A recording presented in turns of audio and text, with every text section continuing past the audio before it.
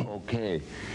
As we walk up and down the streets of America these days, Detroit or Cleveland or Atlanta or New York or Los Angeles, God forbid, Beverly Hills, there are these fellows on the street with shell game, you know? Oh, sure. Well, with a little P underneath it. Well, let me show you. Or I'm give convinced they're crooked. Oh, yes. This is not a game. This is a swindle. And Right. people, although it seems simple at the time, the cupidity and the cupidity of people never fails to amaze me. How people can get involved into something like this, and especially play for money. Well, the other day, I'll tell you how it happened. I was watching one of these men do his cupidity thing, and a fellow next to me said, "Mr. Susskind, you going to do that?" And I said, "No." And he said, "Why?" And I said, "It's crooked." He said, "How?" And I said, "I don't know how, but it's crooked." He said, "How could it be crooked? That man just won $10. Well, That man is his shill. Of course. That's called the mob. The mob. And the man who is the operator is called the store. Then they have lookouts, possibly two, and then they have two called the gate, which stand in back of the crowd to push the crowd into the store. Right. Huh? Right. Now, this is as old as the three-card monte. It goes back. It's possibly 200 years old. No one seems to know the... Started in America? I would think so. It started, as a matter of fact, with riverboat gamblers. There was Soapy Smith and a few others with colorful names. Mm-hmm. Now, these shells are nothing more than walnut shells from Italy, and a pea. And there's a doggerel that was written about this swindle. It goes something like this. A little fun just now and then is relished by the best of men. You may have nerve, you may have plenty. 5 will draw you 10, and 10 will get you 20. A little game of hanky-poo. 2 shells for me and 1 for you. Hi, diddle, diddle, it's the one in the middle. Now, David, you know as well as I do that that pea cannot be in 2 places at the same time. That's right. I do not palm it out. Now watch. You have a good vantage point. I merely move the shells in this direction, that direction, assemble them, and I ask you the pertinent question. Which of these 3 shells do you think contains the pea? Turn it over. I'm so glad. If we were playing for money, you would have lost. Yeah. Normally, they would go for this one. It's always the one that you least suspect. To go one step further, the shells might be held in this particular fashion, totally eliminating my left hand. Now watch this.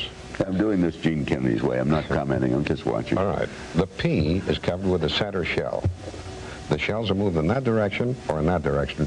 It should remain tantamount to paramount. That pea is always under the middle one. However, when the monies are placed and offered for a bet, that pea is no longer where you expect it to be. It's not this one, so I'll give you a chance between these 2. Which one, David? Go for it. It's not that one, it's not this one. It's always the one that you least suspect. To go one step further. Am I working too slow? Should I speed it up or slow it down? I'll slow it down. All right, slow it down. Sometimes a glass is brought into play, anything that might cover any one of the 3 shells. Right. Now, this is when they're really buttering up the pigeon, the apple, the sucker. Yeah, me. The big bet.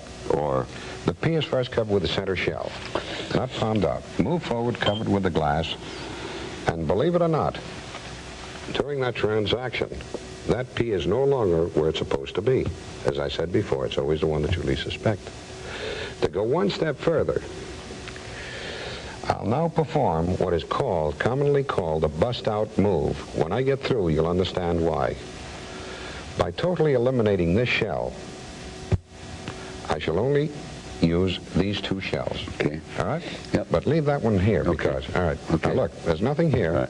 nothing here. Right. There's the pea. Right. And you have a good vantage point. So if you watch carefully, you'll Right. see something transpire right here. Right.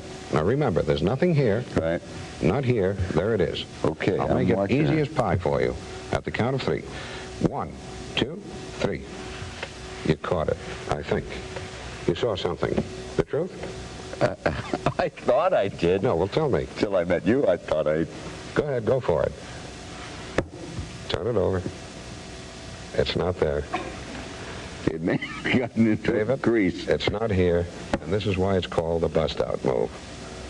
Now, to go one step further, let me show you, illustrate, because we were discussing in between takes. Yeah. If something fools the mind, it will definitely fool the eye. It's not so much hand quicker than the eye. That may be true in boxing, but right. I could firmly make a statement and say, David, you think that I may use more than one P, when in fact I don't. That's the truth of the matter. But now I'll show you the illusion of the illusion. If I wanted to, of course you wouldn't do this under normal play. I could convince you that I had a P beneath that shell, a P beneath that shell, a P beneath that shell, and of course a P beneath that shell. When the truth of the matter is there's no P beneath any shell. But if you want to believe there's a P beneath that shell, there's a P beneath that shell, and of course a P beneath that shell. When the truth of the matter, David, is that there's no P beneath any shell. That's what they call the nuts.